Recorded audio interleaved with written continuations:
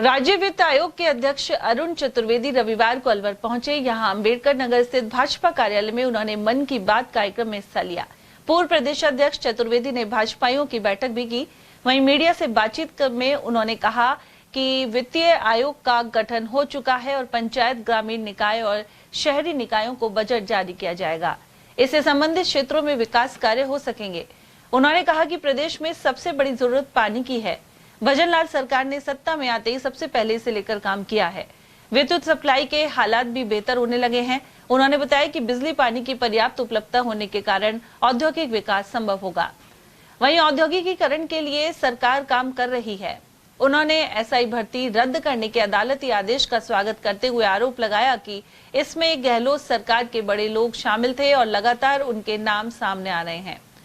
उन्होंने नेता प्रतिपक्ष टीकाराम जूली पर भी निशाना साधा और कहा कि उन्होंने एवं उनकी सरकार ने बिना सोचे समझे बड़ी घोषणाएं की और मुफ्त की रेवड़ियां बांटी।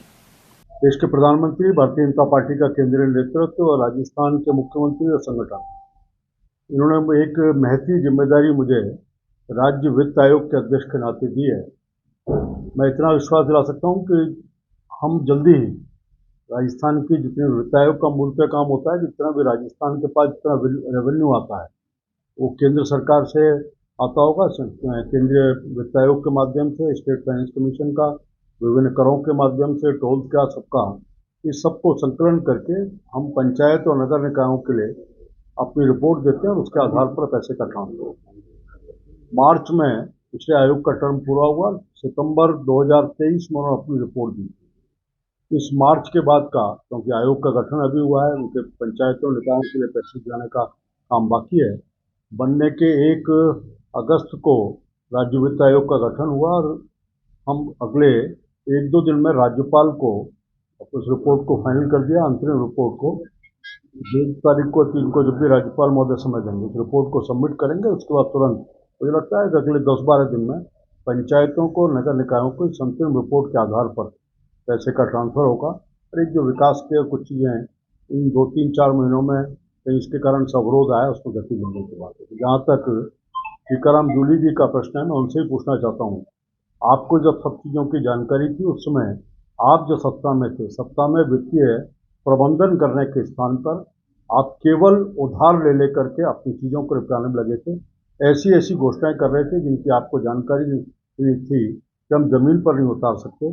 आज उन सब विषयों को भारतीय जनता पार्टी की सरकार धीरे धीरे करके गति देने का, प्रदान करने का काम कर रही है। जहाँ तक वित्त की व्यवस्था का सवाल है, आज हम कह सकते हैं कि राजस्थान की कुछ बड़ी चुनौतियाँ हैं। पानी हमारे सामने बहुत बड़ी चुनौती है। जिस 5 साल तक राजस्थान की पिछली सरकार गहलोत जी के नेतृत्व में उस ERCP के विषय पर केवल राजनीति कर रही थी, बनने के मात्र 15 दिन में राजस्थान के मुख्यमंत्री भजनलाल जी ने केंद्र सरकार के सहयोग से मध्य प्रदेश के मुख्यमंत्री मनोहर लाल यादव के साथ इस समझौते को मूर्त रूप दिया।